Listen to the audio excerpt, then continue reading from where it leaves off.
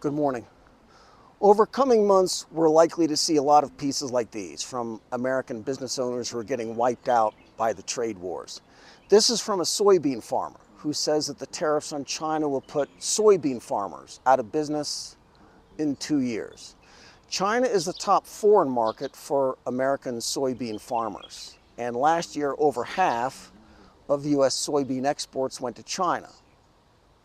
This farmer, Caleb Ragland, is urging President Trump to reduce tariffs on Chinese goods coming to the United States so that China will reduce its new tariffs on U.S. soybeans, which are 10%, and thereby save the future of farming in America.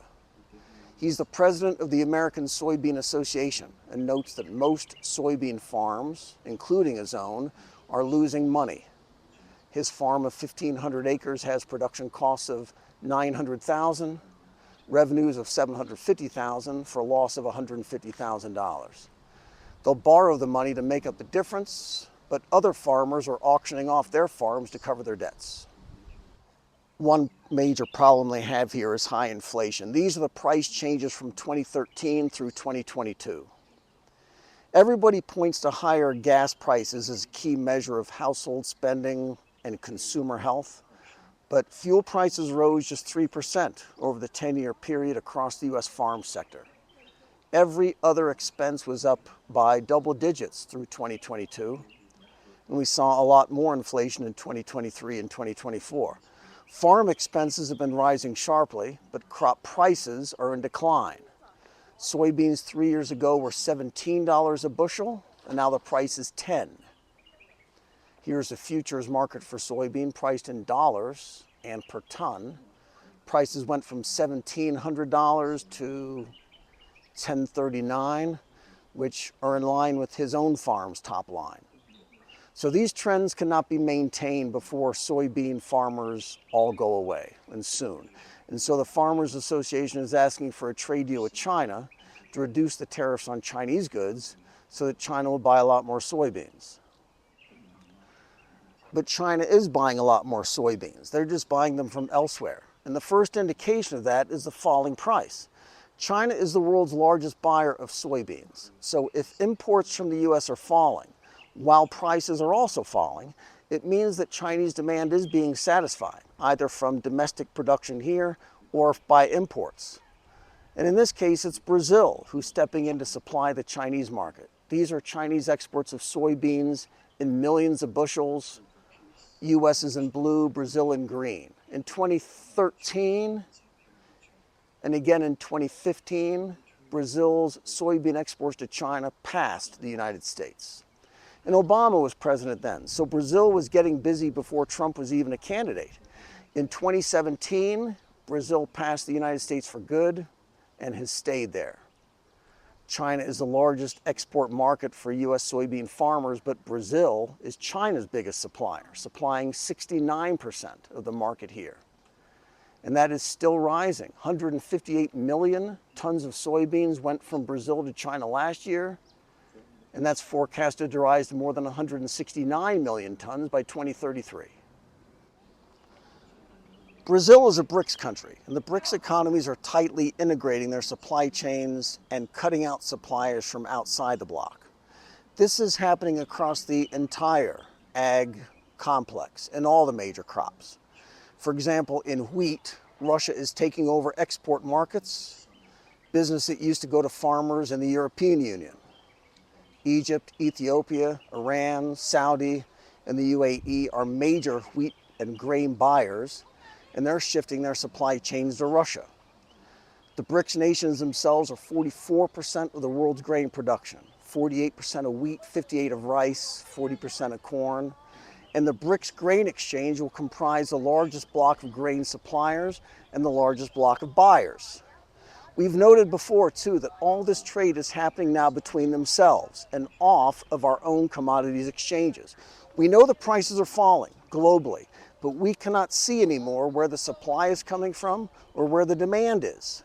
Our farmers are flying blind with respect to what crops to plant because nobody has a clue what the market's going to be come harvest time for anything. The price discovery is gone because nearly half the world's trade in the biggest crops is being done outside Western brokerages. So in soybeans, it's farmers in Brazil replacing farms in the United States. In wheat markets, it's Russia replacing farms in the United States, Australia, and Canada. U.S. wheat exports to China so far in 2025 is only 139,000 tons, down from nearly 1 million tons from the same period last year. Russia is increasing their shipments to China, now at 275,000 tons during the same period. Chinese demand is also shifting away from Australia. China delayed imports of 600,000 tons of wheat, mostly Australian, 4 shipments of 240,000 tons, 3 Australian and 1 Canadian are being shopped to other Asian markets by traders. This is a report on Canadian wheat, and China year-to-date has imported 70% less wheat compared to last year. Wheat suppliers in the southern hemisphere, that's Brazil and Argentina, are taking markets from Canada. And these data sets are confusing to Western analysts who, again, cannot see markets. Officially, global stocks of wheat are at critical levels, low levels, and they project that ending stocks are heading even lower. When they consider wheat stocks ex-China, the situation looks even worse. China has huge stockpiles of the key grains and aims for food self-sufficiency. So why then are prices falling? If global stocks are hitting critically low levels, why are wheat prices falling at all? London down, Paris down, Chicago down. We are seeing a decoupling then. China and these other major grain buyers are shifting their buying preferences from farmers in North America, in Europe, and Australia, to farms in BRICS countries, in South America and in Russia. China now prefers to buy their soybeans from Brazil, and China now prefers to buy their wheat from Russia. But here's another thing, that while G7 suppliers are seeing canceled orders and business losses, in China it's the opposite. The government here announced plans to dramatically increase domestic production of agricultural commodities, and 2027 is just 2 years away. China aims to achieve grain output of 700 million tons by 2027. But the weird thing is that China is already there. 2024 was a record crop, an all-time high of 706 million tons. Last year's crop did, however, have some of the best weather conditions in memory nationwide. And the concern here is that those climate conditions might not repeat. So China is investing heavily in new equipment, new seed technologies, and these shares of leading Chinese agricultural producers are moving higher. Going back to the soybean farmer that we led off with, the tariffs certainly are not helping, but the tariffs aren't the problem. Chinese tariffs on U.S. crops can go to 0 and it won't matter. Today, farms in BRICS countries are the most productive in the world, high output at low cost, and there is no reason to buy food from anywhere else. This is the Sichuan Highway. Be good. Thank you for making him my brother. Empower him. Fill him with your Holy Spirit. Give him gifts. Gifts of wisdom or of prophecy. Teach him to love. And make him a warrior in your name. Make him a great evangel.